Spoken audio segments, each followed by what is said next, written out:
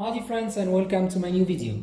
Today we're going to complete our discussion on instructions. Last time we talked about the main components of instructions and today we talk about clarity. How to make sure that your instructions are clear enough for learners to follow and do the task.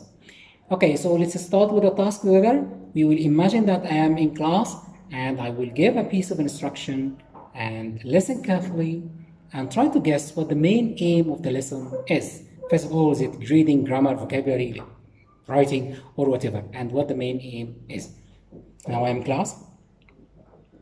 Okay, now what I want you to do is to read the text and underline all the past verbs.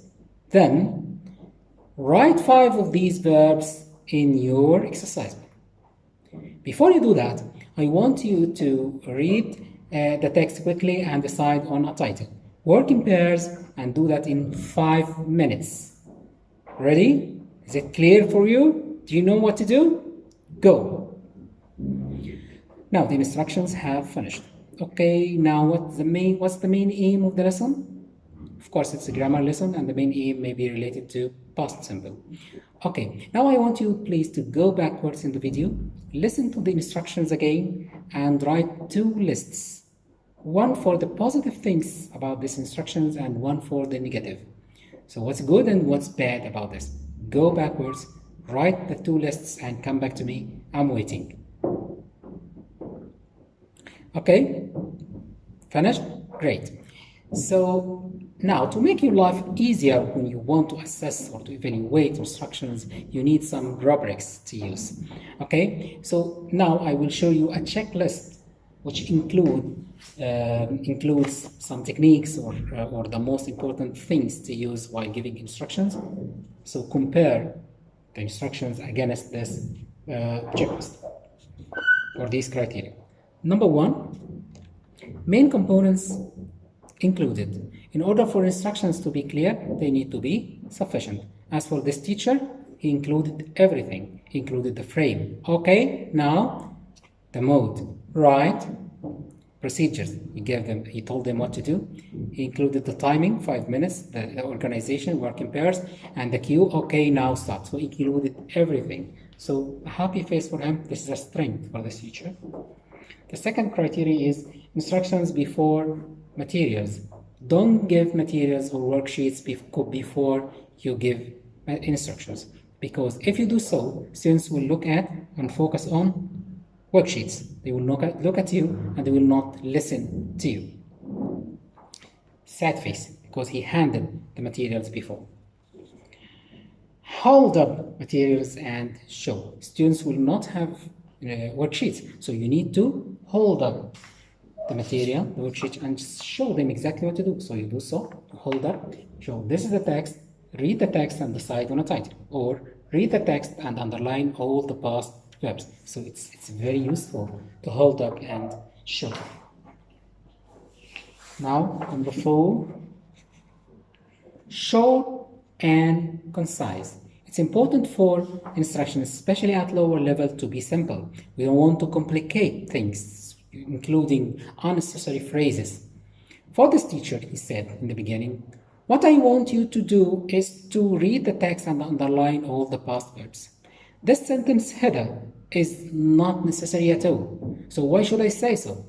So instead, you can say, read the text and underline all the past verbs. See, very simple. So don't include sentence headers.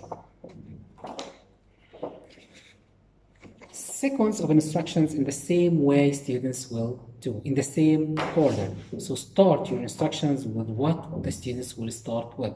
Then the next step with the next step they will do, and usually use signposting words. So you say, first do so and so, then so and so, finally you do so and so and so. So this also helps the students to understand. Staging or staged where practical. Some instructions can be said or given in stages. So for this activity, the teacher could have said, read the text and decide on a title. After the students finish and giving feedback, you say, okay, now read again and underline the past verbs. This is much easier for them. Staging instructions. Keywords stressed, and I think this is a strength for this teacher because he stressed all the key words. Underline all the past verbs, he stressed that. Write 5 words in the exercise book, he stressed this. So this is also important for students in order not to miss any important parts. And these are enough for them to do the task if they got it. Use gestures and body language. Some students lack the linguistic level for understanding what you say. So using gestures, so underline, write 5 words, work in pairs or work in groups. These gestures make their life easier.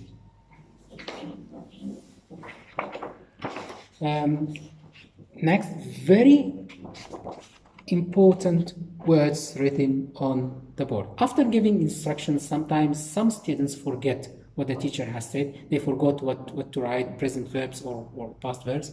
So if they are on the board, they can refer to it when they forget.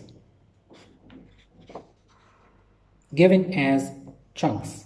So while giving instructions, don't use hesitations or fillers because this will be confused. Don't say, okay, read the text and you sort of underline. So these kinds of fillers or hesitations can be confusing for learners. Don't do. Give them as chunks. Okay, read the text and underline all the past verbs. Then write 5 words or 5 verbs in your exercise book.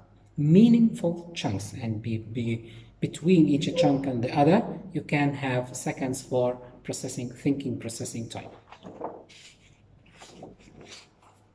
Demonstration. Did the teacher demonstrate? Did the teacher show them what to do and how to do it?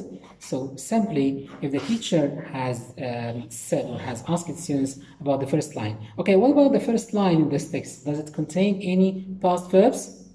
What? Okay, yes, it's, for example, watched. So do you agree with her? Is it a past verb? Yes, okay, so we underline. So this is showing instead of telling.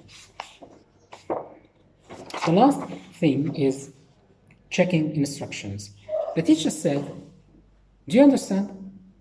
Is it clear for you what to do? Of course, this is not enough for us at all to check that students understand the instructions because they will say, yes, we understand, even if they don't.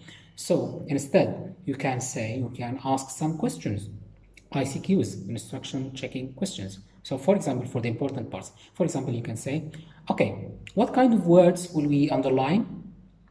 They will say, or one of them will say, verbs. All the verbs?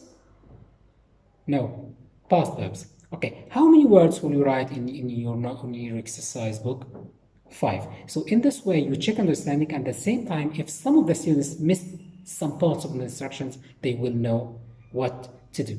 So this is also a very helpful technique to use in instructions. So a final say about instructions, keep a routine.